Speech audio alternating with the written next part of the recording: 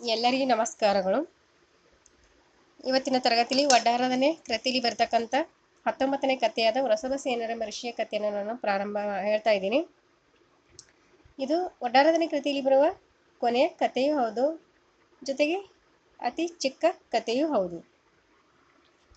ಇದು ಇಲ್ಲಿ ಬರ್ತಕ್ಕಂಥ ಕೆಲವು ಪ್ರಮುಖ ಅಂಶಗಳನ್ನು ನೋಡೋಣ. ದ್ವೀಪವೃತ್ತೆ, ಜಂಬೂದ್ವೀಪ, ಭರತ ಕ್ಷೇತ್ರ, ನಾಡು ಕರ್ಹಟ ಎಂಬ ನಾಡು, ಪಟ್ಟಣ ಕುಣಾಳ ಎಂಬ ಪಟ್ಟಣ, ರಾಜ ಧನಧನೆಂಬ ರಾಜ, ಮಹಾರಾಣಿ ಪದ್ಮಶ್ರೀ ಎಂಬುವಳು, ಮಂತ್ರಿ ವಿಶ್ವಮಸನೆಂಬುವನು, ಆಚಾರ್ಯರು ಬರ್ತಾರೆ ಇಲ್ಲಿ ವೃಷಭಸೇನಾಚಾರ್ಯರೆಂಬ ಆಚಾರ್ಯರು.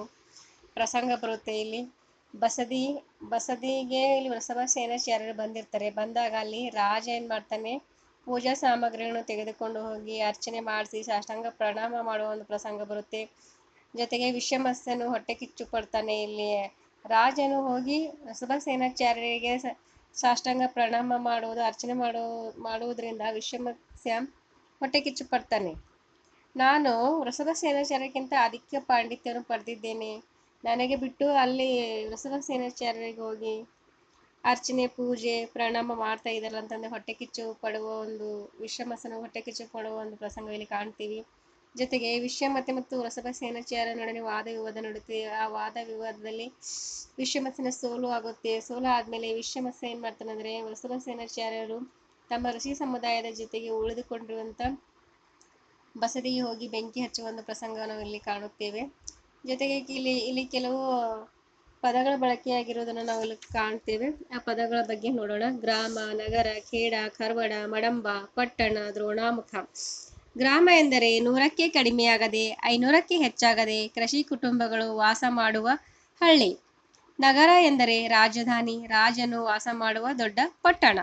ಖೇಡ ಎಂದರೆ ಎತ್ತರವಾದ ಕೋಟೆಯುಳ್ಳ ಊರು. ಖರ್ವಡ ಎಂದರೆ ಚಿಕ್ಕ ಪ್ರಕಾರವಿರುವ ಊರು. ಮಡಂಬ ಎಂದರೆ ದೂರಸ್ಥಳ, ಸೀಮೆಯ ಕೊನೆಯಲ್ಲಿರುವ ಪುರ.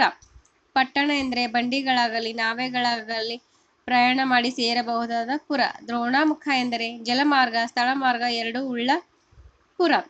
ಜೊತೆಗೆ ಇಲ್ಲಿ ಕೆಲವು ಪದಗಳು ಬಳಕೆಯಾಗಿರೋದನ್ನು ನಾವು ಇಲ್ಲಿ ಕಾಣುತ್ತೆ. ಉಪಸರ್ಗಗಳು ಅಂತ ಪದ ಬಳಕೆಯಾಗಿದೆ. ಉಪಸರ್ಗ ಅಂದ್ರೆ ದೇವ, ಮಾನವ, ತಿರ್ಯಕ್, ನಾರಕ ಎಂಬಿ 4 ಬಗೆಯವರಿಂದ ಬರುವ ತಪೋವಿಘ್ನಗಳು.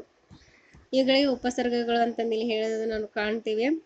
ಜೊತೆಗೆ ಇಲ್ಲಿ ಪರಿಶಹಗಳು ಒಂದು ಪದ ಬಳಕೆಯಾಗಿರೋದನ್ನು ನಾವು ನೋಡ್ತೀವಿ. 22 ಪರಿಶಹಗಳು ಅಂತ ಹೇಳ್ತಾರೆ. ಇಲ್ಲಿ ಹಸಿವು, ಬಾಯಾರಿಕೆ, ಚಳಿ, ಬಿಸಿ, ಕ್ರಿಮಿ ಕೀಟಗಳ ಕಡಿತ, ಆರತಿಯ ಬಾಧೆ, ಸ್ತ್ರೀಯರಿಂದ ತೊಂದರೆ, ಓಡಾಡುವಾಗ ಆಗುವ ತೊಂದರೆ, ಮಲಗುವಾಗ ಆಗುವ ಬಾಧೆ, ಕುಳಿತಿರುವಾಗ ಆಗುವ ಬಾಧೆ, ಬೈಗುಳ, ಪೆಟ್ಟು, ಭಿಕ್ಷೆ ಬೇಡುವಾಗ ಬರುವ ಕಷ್ಟ, ನಿಷ್ಠೂರ, ಭಿಕ್ಷೆ ದೊರೆಯದ ದುಃಖ, ತಪೋಮಹಿಮೆಗಳು ಕಾರಣದಿರುವುದರಿಂದ ಆದ ವ್ಯಥೆ, ರೋಗ, ಕಲ್ಲು ಮುಳ್ಳಿನ ಬಾಧೆ, ತನ್ನ ಪೂಜೆ ಪ್ರಜ್ಞೆಗಾಗಿ ಅಹಂಕಾರ ಪಡುವಿಕೆ, ಉತ್ತಮ ಜ್ಞಾನವನ್ನು ಅಪೇಕ್ಷಿಸಿ ಅಜ್ಞಾನಕ್ಕಾಗಿ ಕೊರಗುವುದು ಮುಂತಾದ 22 ಬಗೆಯ ತೊಂದರೆಗಳಿಗೆ ಏನಂದ್ರೆ 22 ಪರಿಶಯಗಳಂತ ಹೇಳೋದನ್ನು ನಾವು ಕಾಣುತ್ತೇವೆ.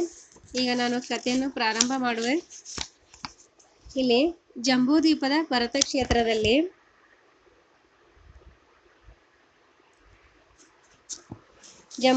ಭರತ ಕ್ಷೇತ್ರದಲ್ಲಿ ದಕ್ಷಿಣಾಪಥದಲ್ಲಿ ಕರಠವೆಂಬ ನಾಡಿದೆ. ಅಲ್ಲಿ ಕುಣಾಳವೆಂಬ ಪಟ್ಟಣವಿದೆ. ಅದನ್ನು ಧನಧನೆಂಬ ರಾಜನು ಆಳುತ್ತಿದ್ದನು.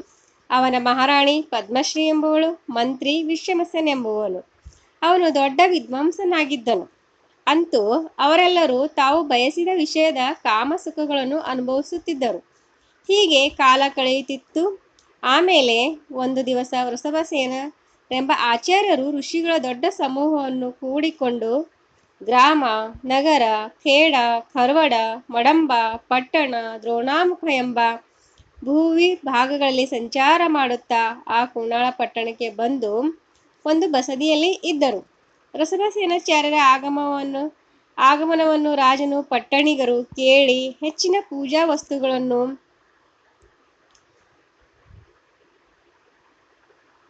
ಕೊಂಡು ಹೋಗಿ ಅರ್ಚನೆ ಮಾಡಿ ಪೂಜಿಸಿ ಸಾಷ್ಟಾಂಗ ಪ್ರಣಾಮ ಮಾಡುವುದನ್ನು ವಿಶ್ವಮಸನು ಕಂಡು ಸಹಿಸಲಾರದೆ ಹೊಟ್ಟೆ ಕಿಚ್ಚಿನಿಂದ ಕೂಡಿದವನಾಗಿ ತನ್ನ ಪಾಂಡಿತ್ಯದ ಗರ್ವದಿಂದ ವೃಷಭಸೇನಾಚಾರ್ಯರೊಡನೆ ವಾದ ಮಾಡಿ ಸಭೆಯಲ್ಲಿ ಸೋತು ನಾಚಿಕೆ ಪಟ್ಟನು. ಅವನು ಹೋಗಿ ನಟ್ಟ ನಡುವಿನ ರಾತ್ರಿಯಲ್ಲಿ ಬಂದು ಬಸದಿಗೆ ಬೆಂಕಿ ಹಚ್ಚಿ ಹೋದನು. ವೃಷಭಸೇನಾಚಾರ್ಯರು ಮೊದಲಾದ ಋಷಿಗಳು ವಿಶ್ವಮಸನ ಮೇಲೆ ಕೋಪಗೊಳ್ಳದೆ ಕ್ಷಮೆಯನ್ನು ಭಾವಿಸಿಕೊಂಡು 4 ವಿಧವಾದ ಆಹಾರಕ್ಕೂ ಶರೀರಕ್ಕೂ ಜೀವವಿರುವ ತನಕ ಪರಿಹಾರ ಮಾಡಿ, ಅರ್ಥಾತ್ ಆಹಾರ ಸೇವಿಸದೆ ಮತ್ತು ಶರೀರವನ್ನು ಲಕ್ಷ್ಯ ಮಾಡದೆ ಶುಭವಾದ ಪರಿಣಾಮದಿಂದ ಶ್ರೇಷ್ಠವಾದ ದರ್ಶನ, ಜ್ಞಾನ, ಚಾರಿತ್ರ್ಯ ಎಂಬ ರತ್ನತ್ರಯವನ್ನು ಸಾಧಿಸಿ ಸತ್ತರು. ಅಲ್ಲಿ ವೃಷಭಸೇನಾಚಾರ್ಯರು 14ನೆಯ ಪ್ರಾಣತ್ವವೆಂಬ ಸ್ವರ್ಗದಲ್ಲಿ ಪುಷ್ಪಕವೆಂಬ 7 ಅಂತಸ್ತಿನ ಅರಮನೆಯಲ್ಲಿ 20 ಸಾಗರಕ್ಕೆ ಹೋಲಿಕೆಯಾಗುವ ಆಯುಷ್ಯವುಳ್ಳ ದೇವರಾಗಿ ಹುಟ್ಟಿದರು. ಆಮೇಲೆ ಉಳಿದ ಋಷಿಗಳು ತಮ್ಮ ತಮ್ಮ ತಪಸ್ಸಿನ ಆಚರಣೆಗೆ ತಕ್ಕ ಹಾಗೆ ಸೌಧರ್ಮಕಲ್ಪ ಮುಂತಾಗಿ ಉಳ್ಳ ಸ್ವರ್ಗಗಳಲ್ಲಿ ಹುಟ್ಟಿದರು.